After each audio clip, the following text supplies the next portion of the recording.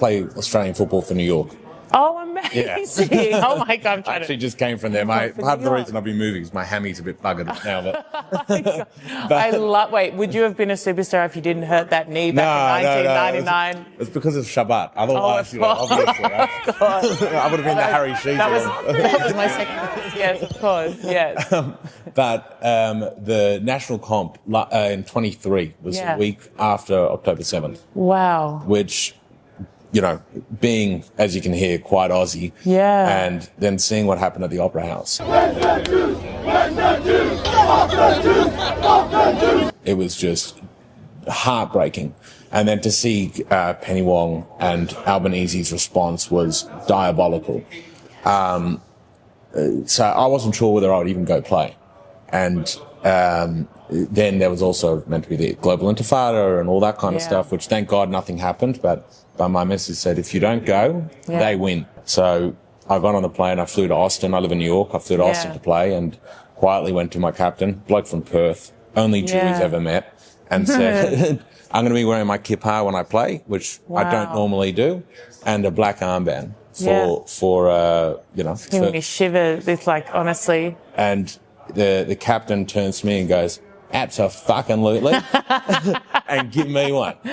Oh, stop. What was so amazing was that every single one of the players, every single one of my teammates came up without me asking and put a black armband on and have shown support to me over the last 2 years. So why I tell you that story is because for the past 2 years, I have been fighting very hard in the US to try to tell people that although the Australian government is acting this absurd way, and although we see the footage coming out of Melbourne, I mean, right now it's just out of control, the Harbour Bridge and so on and so forth.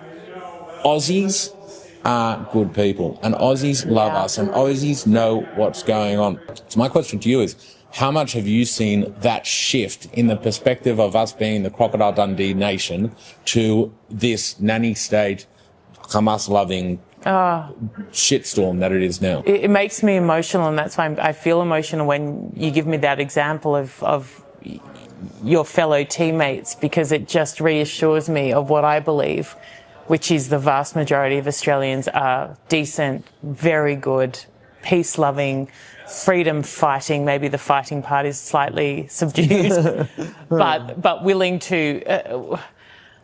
they're very decent people, and I reference the Opera House, and I think for me, as the daughter of a Major General, of someone who was willing to give his life in service of our nation, and someone who's deeply patriotic and incredibly proud, that was the first moment I felt shame of my country, and that was a very strange, surreal feeling for me.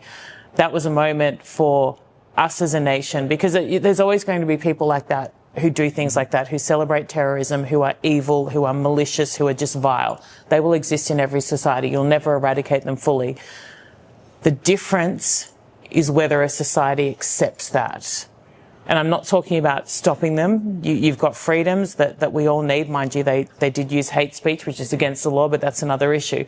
What I'm talking about is a society that determines not on our watch. We do not accept that. You have leadership that must come out when things like that happen in your country, in front of a landmark that gets thrown around the world as this kind of representation of Australia. That is your moment as a nation to determine what you stand for, what you're willing to accept, and to come out very publicly and make that clear. And we failed abysmally. Our Prime Minister failed abysmally, and the majority of Australians failed, in my mind. That's what scared me. It wasn't what they did on that day. I know evil. It was the silence of my fellow Australians. But I think they're waking up. I genuinely do. I think they look at these protests that are taking over the city, and they look at what they call for, what they chant. That's not Australia. They look at the images of the supreme leader of Iran, a terrorist. They look at ISIS flags where Australian blood has been spilled in trying to fight that evil in Afghanistan and Iraq. They look at chants for death to peaceful, democratic people. And I think Australians are getting sick of it, and they've had enough. Now, Australians, I think, are also inherently lazy. So we're not protesters. We're not people that get out there. We're kind of, you know. So I don't think Australia is going to hit the streets and oppose this, but I think they're starting to get jack of it. And I'm reassured by private conversations, I'm reassured by more and more people, I think, coming out publicly. Even some of the posts that I do, some of the people that are high profile, even liking it reassures me that people are starting to wake up to this garbage. And I think everyday Australians can look at a march where there's Hamas flags waving, ISIS flags waving, pictures of terrorists alongside apparent feminists, and go, wait a minute, something doesn't quite add up here. So I agree with you entirely. I can't say for sure, and there have been moments where I've been challenged in this viewpoint, but the vast majority of Australians are so decent. We are not represented by that BS, low-breed, scumbag element of society that tries to shape our narrative and our perspective. Long may they fail miserably, but we've got to be more vocal in how we feel and who we are, and that comes from the top. And right now, how is that ever going to happen under someone who was marching with the same mob when they were at university, and recognises a state that is run by terrorists, that Marco Rubio, the Secretary of State of the US, said made it significantly harder to reach a peace agreement. It's been such a shameful period. You mentioned the Channel 7, 9, ABC coverage, and how people just expect that to be honest. So when they see it, they I used to, when I was younger, I feel really embarrassed now that I would assume it's our ABC, it's our, national broadcaster. So I grew up in a Liberal Party household, so we always thought it was wrong, but... Yeah. No, fair point. But even from a news perspective, opinion shows and different people's takes on things, fine, but straight news was always meant to be straight news. The 6 o'clock news was the 6 o'clock news. Yes, and that's your highest rating news in the country, and there've been so many examples where even just... You can't actually say, look, they're not saying anything that's incorrect, but the way stories are framed, which is meant to make you feel empathy for terrorists, and you go, wait, this is...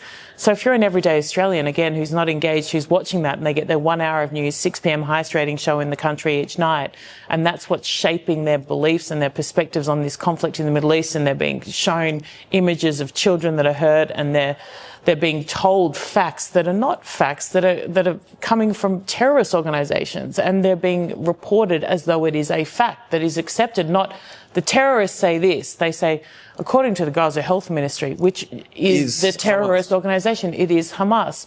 So that's the issue you have. How do you fight against that? Because Australians, it's not that they don't care, but they feel far away. If you're not Jewish, if you're not engaged in this, if you don't feel like it impacts you, you're not invested in it. So you accept what you're being told, your narrative is shaped, and you move on, and that's dangerous.